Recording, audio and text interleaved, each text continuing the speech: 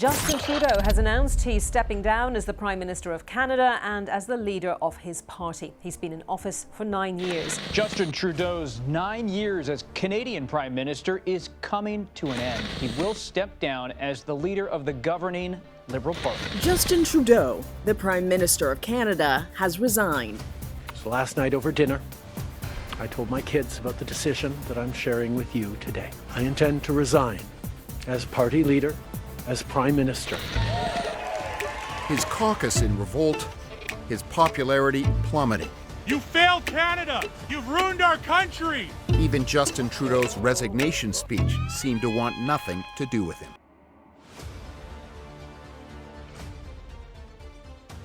Now, we all know Canada's Prime Minister, Justin Trudeau, has resigned. We're going to have a look back at some of his past political accomplishments, and some of the stuff that may not have been so good. We're also going to have a look at a recent poll which asked a lot of the Canadians, what do you guys think is Justin Trudeau's biggest accomplishment? And you guys may be surprised that a lot of people say that the legalization of herb was actually his biggest accomplishment. So let's dig in, see what some of his past accomplishments were, and see how the legalization of herb stacks up to those. But let's start off right here with a 1995 interview with a 23-year-old Justin Trudeau to find out where he thought his future would go. Now, back in 1995, Justin Trudeau swore he'd never be in the game.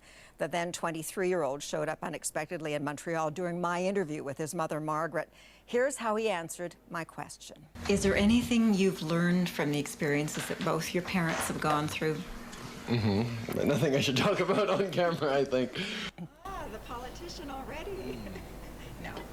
CTV's Alex Carpa now on what changed Trudeau's mind and took the teacher to the top job in Canada.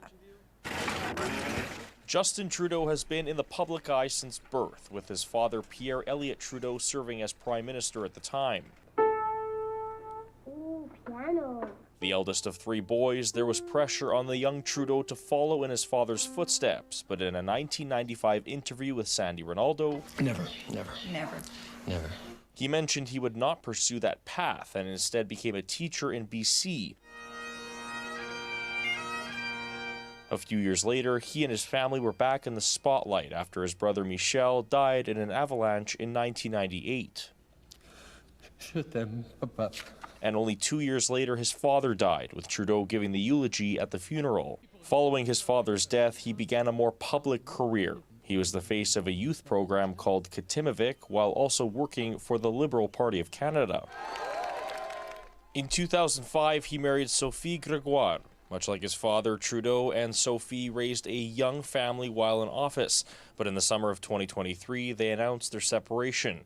What's next for Justin Trudeau is unclear. He will be just 53 years old when he eventually steps down as Prime Minister. So that's a little bit about the background of Justin Trudeau and his rise into politics. He came from a well-known and respected family and eventually ascended to the Prime Minister role of Canada. And just a quick reminder, guys, if you're getting value from this video, please do like, share, and subscribe to the channel. And if you want to support us further, join the ICANN VIP Bean Club or cop some merch from the merch store. Now, his time as Prime Minister, he did some good things, but it wasn't all sunshine and roses. So let's have a look at the political career of Justin Trudeau.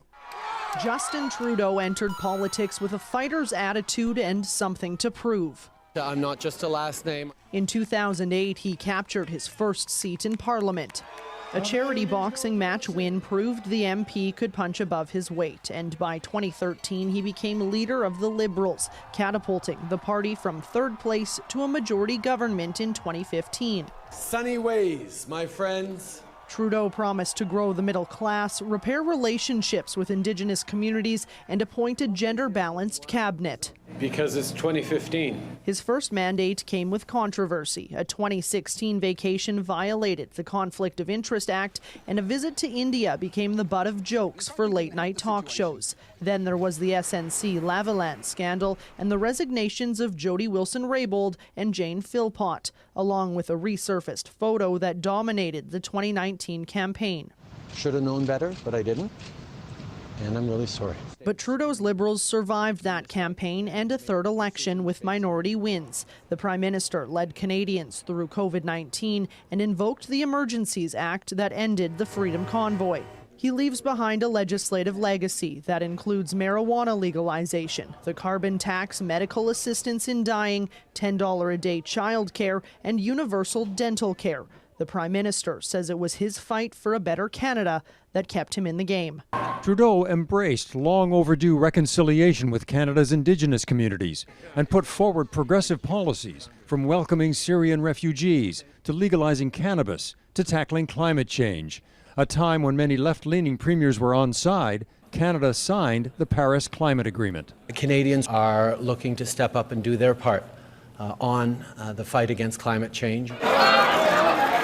Prime Minister Trudeau has done some big things for Canada, but depending on who you ask, people may be either happy or upset or think that he either left Canada in a better position or a worse off position. The one thing that we can all agree on is back when Canada legalized herb, everyone was going crazy. Everyone was like, oh my gosh, that's such a big move for Canada. I remember personally, I was like, yo, I'm about to head out to Canada. I might just move out there. Prime Minister Justin Trudeau thinks it's time for Canada to legalize, but he says he doesn't care about any of the economic benefits that could come with it. Parliament has now passed Bill C-45, which will legalize and strictly regulate access to cannabis.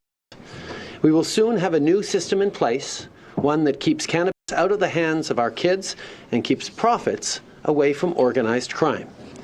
Today, I'm also pleased to announce that the new recreational cannabis regime will officially come into force on October 17th of this year. It was back in 2018 when Canada legalized herb, and according to this article, the legalization of herb was Justin Trudeau's greatest accomplishment according to a poll of Canadians. Now, as Canadian Prime Minister Justin Trudeau prepares to leave office, the Canadians are giving him an exit review. It's a bit of a report card, if you will. They're basically scoring him on his time as Prime Minister in the office. And according to this article, he's evidently earned the highest marks for his role in legalizing herb nationwide. A survey of Canadian adults from the non-profit Angus Reid Institute found that among the Prime Minister's policy achievements, the canna reform was the most popular, with 52% describing it as a success of the administration.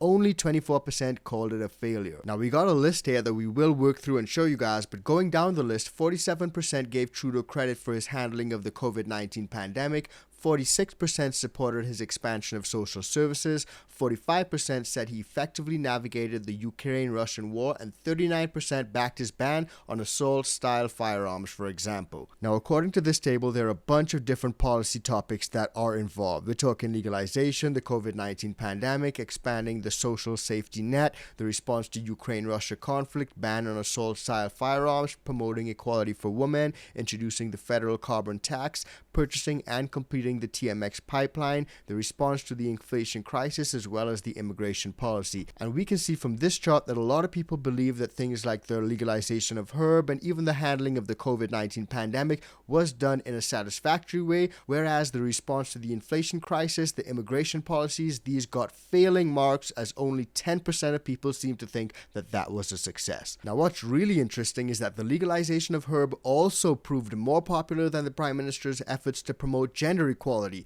impose a federal carbon tax, complete an oil pipeline, respond to inflation, or even address the immigration policies. A lot of people found that the legalization of herb was handled a lot better than some of these top issues. Now, this survey involved interviews with 1,850 Canadian adults from March 4th to March 6th, with a +2 - 2 percentage point margin of error. Now, I found that that was something really interesting, and I'm keen to find out what you guys think. Any Canadians who tune into the channel, let me know what you guys think of some of his policies, and what do you think was his most successful policy? What do you think he did the best on? And let me know what you guys would grade him on his report card, because a lot of Canadians are actually doing the exit report, and I want to find out what you guys would give Justin Trudeau on his exit report. Was he a good Prime Minister or not so good Prime Minister? Drop it in the comments down below and let me know. Now, a lot of you guys would know that recently there's been a trade war going on between America and Canada and other countries as well, but Prime Minister Trudeau has recently imposed retaliatory tariffs on Trump's tariffs, and we examined how that can impact the Canada community and particularly home growers. So if you want to find out more about that video, check that episode out, because it's coming up right